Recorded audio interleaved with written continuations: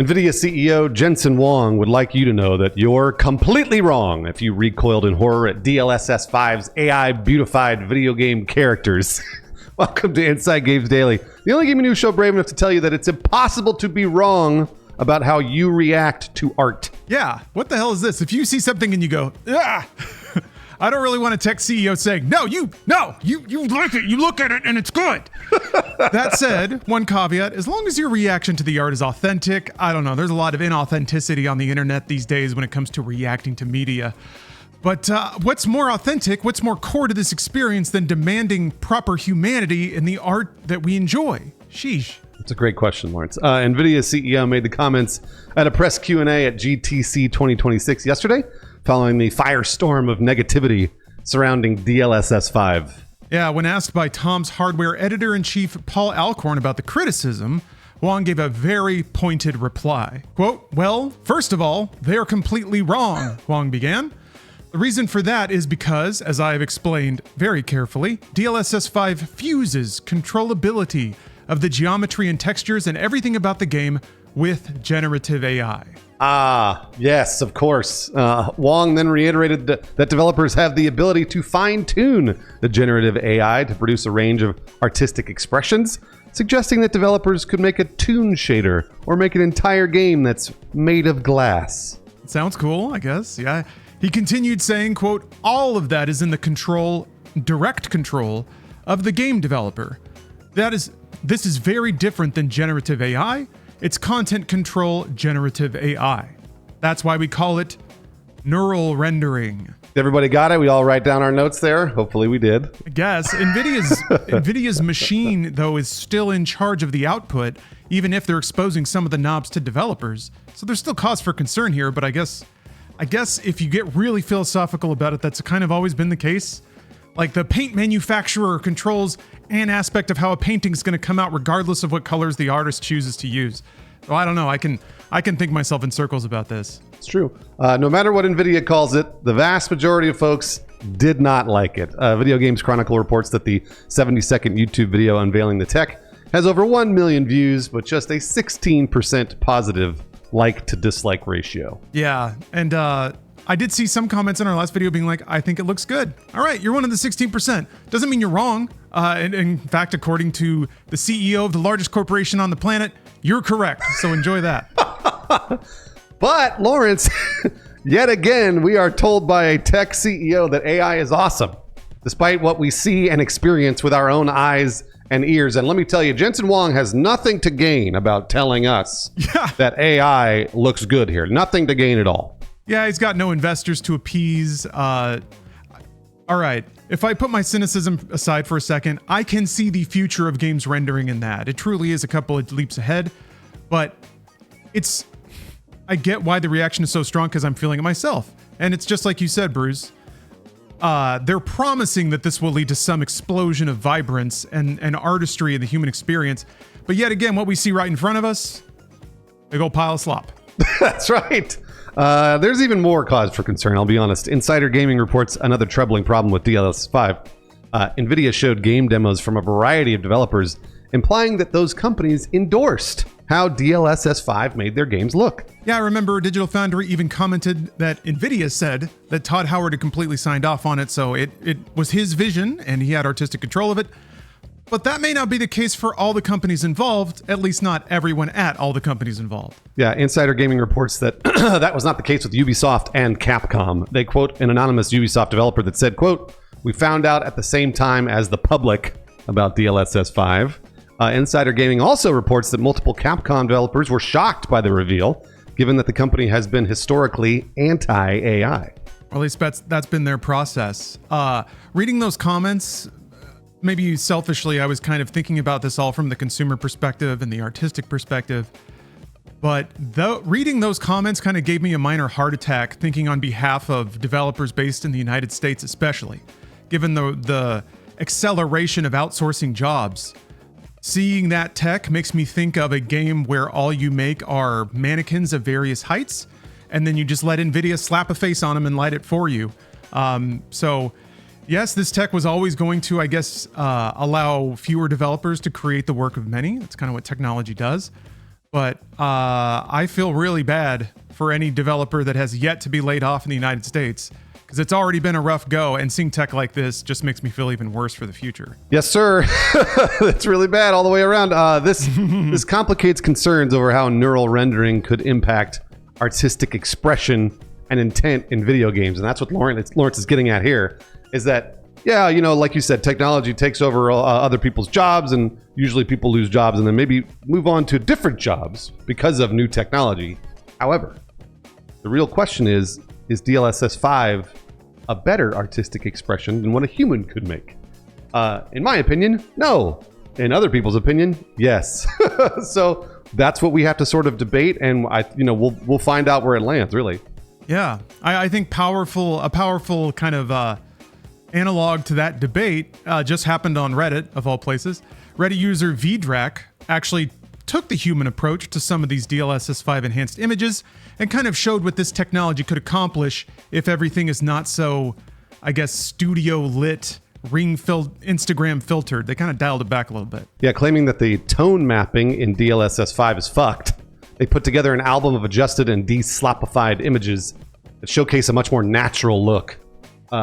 Because again, the thing that I think people were complaining about when they first saw this reveal video for DLSS 5 was the yassification. It just everybody looks the same. Everybody looks like they've got eyeliner and a little rouge and a perfectly square jawline. Like that isn't how people look. It also didn't really match the lighting in any given scene. You would have all this natural light around, and yet somehow there's this like flash bulb going off directly in somebody's face, revealing their flawless complexion. It is my theory that they chose it to look like that because it's the most dramatic. If they want this tech to give you a wow moment, well, they got it, but I think they may have overtuned it. Whereas I think you can see in these image comparisons where the yassification's been dialed back a little bit, that looks a little more impressive. It looks like what you would consider a generational leap in rendering, but it doesn't quite have that, oh my God, almost like borderline uncanny valley kind of LA noir sort of disconnect where the face looks like it came from 2050 and the rest of the game is still in 2026. Yeah, no, I think you're totally right. And it's really interesting to think about, because I know NVIDIA has the technology to do that. They can detune or tune up what they can do to faces and bodies and lighting and all sorts of stuff. So clearly I'm sure this went through rounds and rounds of notes. This wasn't one dude that was like, this looks pretty good, and then threw it up on the internet. They've been working on this for years, and I'm sure that they've been working on this specific video probably for months. So they knew what it looked like, and again, I'm going to say this. Look, I say this every fucking episode now because of layoffs and the AIification of every news story that we report on, which is these corporations do not have your best interests at heart. They don't. So when they are saying, here's this thing that everybody wants, and everyone goes, we don't want that, and then the CEO comes out and goes, you're all wrong. Like, guys, NVIDIA, they have so much to gain. They have so much to gain if everyone just fucking eats this shit up and goes, oh, it's the greatest thing in the world. And it's hilarious to see bootlickers in our comments being like, well, I don't think it looks so bad. I was like, okay, that's fine. That's fine that you don't think it looks so bad, but know where this comes from. Know the context of these reveals and these releases. But when NVIDIA tells you, oh, look, it looks so great, and the CEO says that we're all wrong about it, it's because they're going to make money. Money is always the answer. I also saw a few comments that were like, Bruce always says this. And I was like, yes, because there is context to these things from the world's largest corporation. It's funny you mentioned context, because I think if you really like games, the threat of the erasure of context is kind of a thing. Not only the technical context of a face looking properly lit in the scene that it's in, but there's other concerns, I guess, but it's down to the artist's hand. I don't know. Alex Battaglia from Digital Foundry made a really excellent point specifically about Resident Evil Requiem and the way that Grace was sort of beautified by this neural rendering. Not only is it like a little too close to a roundly mocked meme already and hits on a bunch of nerves there, but he pointed out that in that scene, in that context, she is on her way to the hotel where her mom was killed. So she's nervous, she's scared, she's confronting previous demons. She, in the original scene, it doesn't really look like she put on a lot of makeup or any at all, which would make sense given her mental state. So to take that depiction of Grace and just like hit her with the studio lighting and mascara and pouty lips, it is extra ignorant of the context of that, and an extra ignorant statement about how this can enhance the artistry of a game. It really goes against it, which is, I think, also why it's mostly the depictions of the humans that I had a negative reaction to. The landscapes and the props and everything like that, I thought looked cool, or at least was like, okay, it's a matter of taste at this point. You can prefer it one way or the other, but this is an interesting lighting technique. It really does make it look more like a exposed photograph or exposed video from outside. So I don't know. I can see a future for the tech. I'm excited to see any output of it that does have a proper artist touch on it, as opposed to what I assume was something that was curated entirely around having a big pop reveal, which there's a part of me that's a bit sad about, because I do think it is interesting technology, and unfortunately, it is the future. Everyone's decided the next consoles are going to have neural rendering features, or machine learning features, I should say. The next consoles will have machine learning hardware. It's the future of PC graphics for sure. So I just want to see a ray of hope. I want to see something inspired versus it sweeping through and cleaning up the mess that Creation Engine couldn't render in the first place. To your point about it being the future, this is a very interesting thing. I've been reviewing technology for a very, very long time, for over 20 years now. That was basically my first job when I worked at G4, the original G4, way back.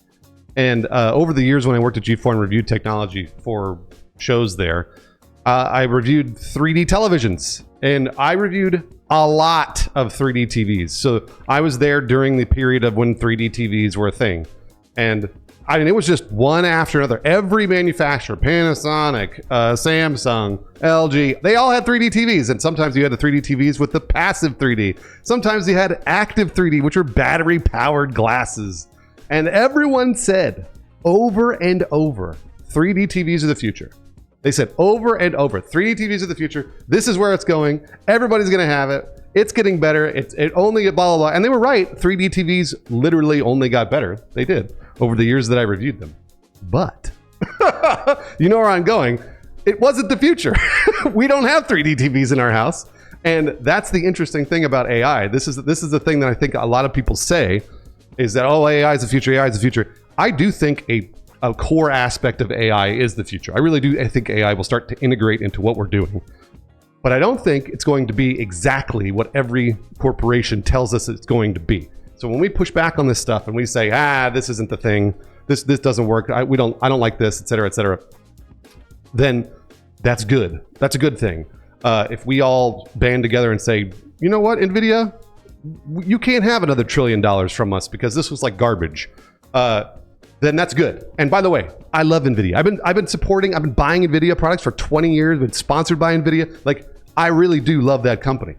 But when they make a misstep and then they tell us it's the future and they tell us we're wrong, then boy, oh boy, does it get me I want to push back immediately on that. Yeah, it certainly hits a level of spiteful resentment, doesn't it? And yeah, I feel the same way. I've been a loyal NVIDIA customer for over 20 years now.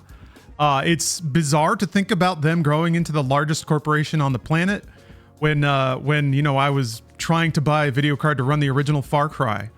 So it's come a long way, and you're right about that, Bruce. We've seen a lot of technologies come and go in the video game space, but in the world at large. So maybe there is hope. Maybe there is hope that the future won't be total garbage. Hey, we're not all generating crypto in the metaverse right now, so thank God for that. That's true. I did just read a report that the Horizon World thing that Meta was working on, the $80 billion investment into virtual reality. It's done. They shut it down. Yeah, that's it. They renamed their entire company.